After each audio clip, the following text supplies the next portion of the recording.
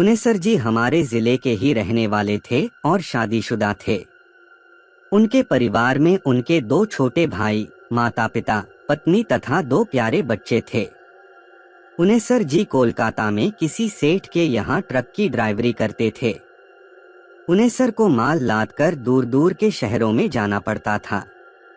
वे बहुत ही मेहनती थे और अपना काम पूरी जिम्मेदारी व ईमानदारी से करते थे।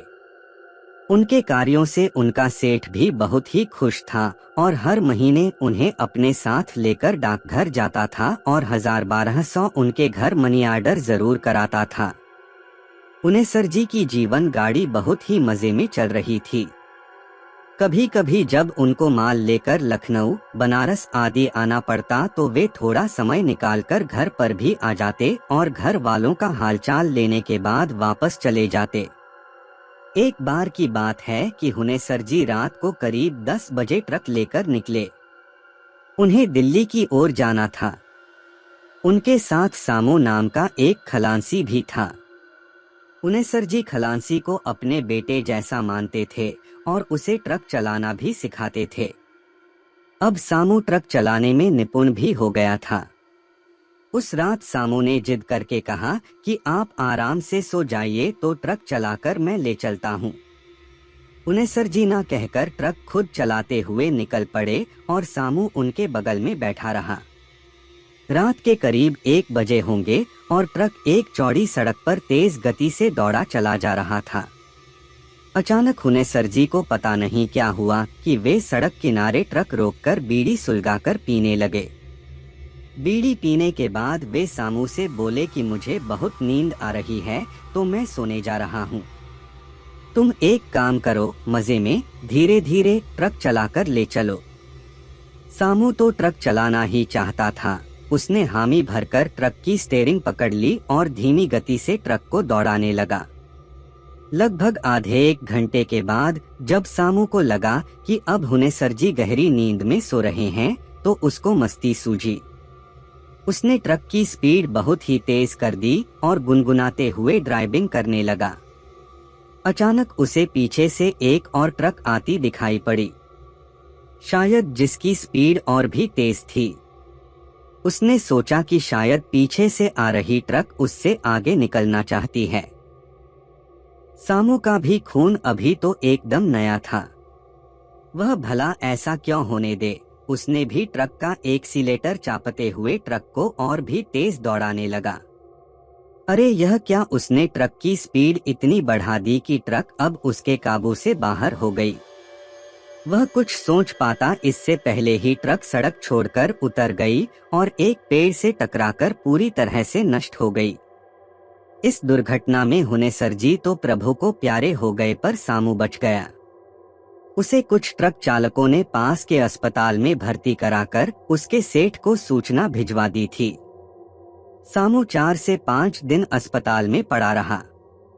उसे अपनी गलती पर बहुत ही पछतावा हो रहा था। उसकी एक गलती से उसके पिता समान हुनेसर जी को अपनी जान गंवानी पड़ी थी। उसका दिल रो पड़ा था पर अब विधि के विधान के आगे वह कर भी क्या सकता था। उसने तय कर लिया कि अब वह जो भी कमाएगा उसका आधा हुनेसर जी की परिवार को दिया करेगा। अस्पताल से छुट्टी मिलने के बाद वह वापस कोलकाता आ गया। अपने सेठ से मिलकर उसने सारी बात बताई और अपनी गलती पर फूट फूट कर रोने लगा। सेठ ने उसे समझाते हुए कहा कि अब रोने धोने से कुछ होने वाला नहीं, पर हम अभी हुनेसर जी के परिवार वालों को कुछ बताएंगे नहीं और समय समय पर उसके परिवार की मदद करते रहेंगे। इसके साथ ही उन्होंने सामू से एक ऐसी बात बताई जिसे सुनकर सामू पूरी तरह से डर गया। उसके रोंगटे खड़े हो गए।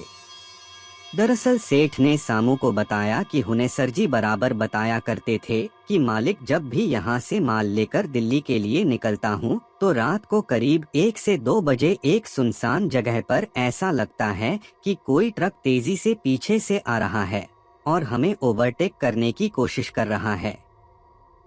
पीछे देखने पर वह ट्रक दिखाई नहीं देता, पर ट्रक के मिरर में वह साफ साफ ओवरटेक करते हुए दिखता है। कई बार तो मैंने अपने ट्रक को किनारे लगाकर उतर कर देखा तो पीछे कोई ट्रक ही नहीं दिखा। तेजी से आता वह ट्रक केवल रात को ही, और वह भी मिरर में ही दिखता है। मालिक, इस ट्रक के चक्कर में कई ट्रक वालों का एक्सीडेंट हो गया है। समझ में नहीं आता कि ऐसा क्यों होता है। आगे उस सेठ ने कहा कि मैं हुनेसर जी की बातों को सुन तो लेता था पर उस पर ध्यान नहीं देता था, क्योंकि ऐसे कैसे हो सकता है कि कोई ट्रक होकर भी न हो। और वैसे भी मैं भूत प्रेत में विश्वास नहीं करता, पर तुम्हारी बातें सुनने के बाद पता नहीं क्यों अब मुझे हुनेसर जी की बातों पर विश्वास होने लगा है। सेठ जी के इतना कहते ही सामू को काठ मार गया। वह चाहकर भी चीख नहीं सका।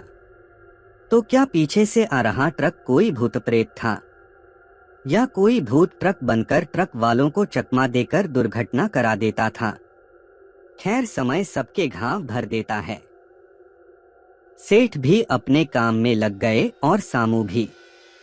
3 महीना बीतने के बाद एक दिन सेठ ने सामू से कहा कि चलो हुनेसर जी के घर चलकर आते हैं। इस बात को छिपाना ठीक नहीं होगा और साथ ही हुनेसर जी के परिवार की कुछ आर्थिक मदद भी कर देंगे।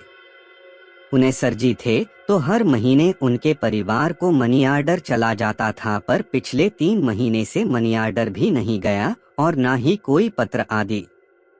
उनके घर के लोग कहीं परेशान न हो। सेठ की बात सुनकर सामू ने कहा कि सेठ जी, अगले महीने मेरी शादी है। शादी के बाद हम लोग चलेंगे, क्योंकि मैंने भी सोच रखा है कि हुनेसर जी के परिवार की मदद करता रहूंगा।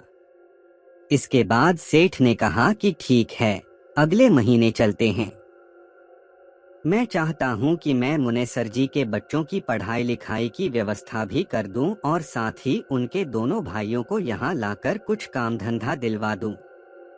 मई का महीना था और दोपहर का समय। कड़ाके की लू चल रही थी। सेठ और सामू पसीने से तरबतर थे। वे लोग पूछते पूछते हुनेसर जी के गांव में आ गए थे। एक आदमी ने हुनेसर जी के घर पर भी उन लोगों को पहुंचा दिया। हुनेसर जी के दरवाजे पर एक नीम का घना पेड़ था, जिसके नीचे चौकी पड़ी हुई थी। सेठ और सामू वहीं बैठ गए। उन लोगों ने हुनेसर जी के परिवार के लिए साड़ी, कपड़ा, मिठाई आदि जो लेकर आए थे, घर में भिजवा दिए। घर से उन्हें पानी, जलपान आदि पीने के लिए आया। पानी उनी पीने के बाद उन दोनों ने हुनेसर जी के पूरे परिवार को यह दुखद घटना सुनाने की सोची। अभी वे लोग कुछ कहने ही वाले थे, तभी डाकिये के साइकिल की घंटी ट्रिन ट्रिन बजती हुई उसी नीम के आगे आकर रुक गई। फिर डाकिये ने हुनेसर जी के पिताजी को राम राम करते हुए मनी आर्डर सौंपा। मनी आर्डर सौंपने के बाद डाकिया चला गया।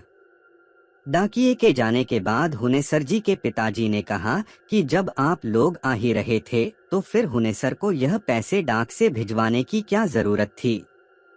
आप लोगों के हाथ से ही भिजवा दिया होता। हुनेसर जी के पिता के मुंह से इतना सुनते ही सेठ और सामू दोनों हक्के बक्के हो गए। सेठ ने थूक घोंटकर हुनेसर के पिताजी से पूछा कि क्या कहा आपने? हुनेसर जी ने मनी आर्डर भेजा है।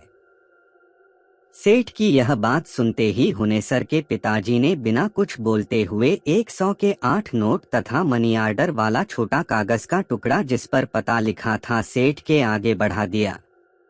सेठ जल्दी जल्दी उस कागज के टुकड़े को उलट पुलट कर देखने लगे।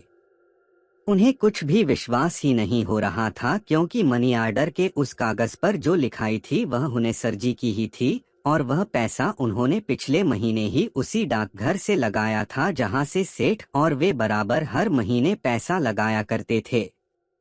अब तो सेठ एकदम से घबरा गए थे। साथ ही सामू के चेहरे का रंग भी उड़ गया था। उन दोनों को समझ में नहीं आ रहा था कि यह क्या हो रहा है। तभी हुनेसर जी बोल पड़े कि कुछ भी हो पर भगवान ऐसा लड़का सबको दें। हम लोगों की बहुत ही सुध रखता है और हर महीने थोड़ा कम या ज्यादा मनी आर्डर जरूर कर देता है। इतना सुनते ही सामू बोल पड़ा कि काका, क्या पिछले महीने भी हुनेसर जी ने मनी आर्डर किया था? हाँ कहते हुए हुनेसर जी के पिताजी ने कहा कि अरे भाई हाँ हाँ, पिछले महीने तो उसने 12 रुपए भेजे थे। इतना सब सुनने के बाद आप लोग खुद ही सोच लीजिए कि सेठ और सामू किस परिस्थिति में होंगे। अचानक सामू अपने आप को रोक न सका और फफक कर रो पड़ा।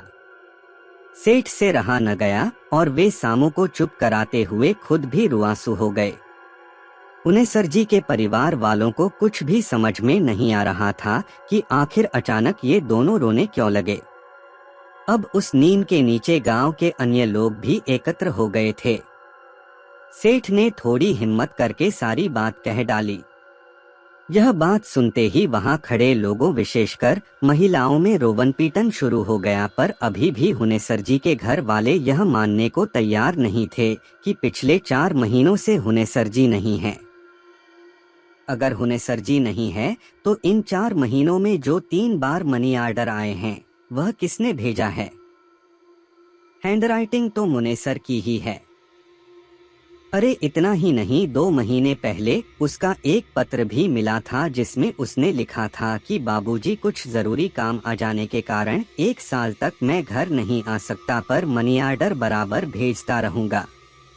काफी कुछ सांत्वना के बाद हुनेसर जी के दुर्घटना की पुलिस द्वारा ली गई कुछ तस्वीरों और डॉक्टर की रिपोर्ट के बाद अंततः हुनेसर जी के घर वाले माने कि अब हुनेसर जी नहीं रहे, पर वह भी पूरी तरह से नहीं। गांव वालों और कुछ हितनात के कहने सुनने के बाद हुनेसर जी की अंतिम क्रिया संपन्न की गई। सारे कर्म विधिवत संपादित किए गए। इसके बाद हुनेसर जी के दोनों भाई सेठ के पास कोलकाता चले गए। सेठ ने उन्हें एक कारखाने में अच्छे वेतन पर नौकरी दिलवा दी।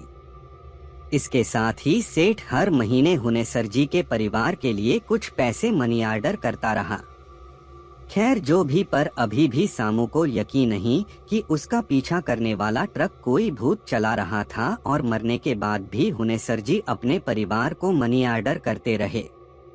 खैर अब हुनेसर जी के परिवार को पूरी तरह यकीन हो गया है कि अब हुनेसर जी इस दुनिया में नहीं हैं, क्योंकि अब उनका पत्र मनी ऑर्डर आदि भी नहीं आता और इस घटना को भी तो काफी समय हो गए।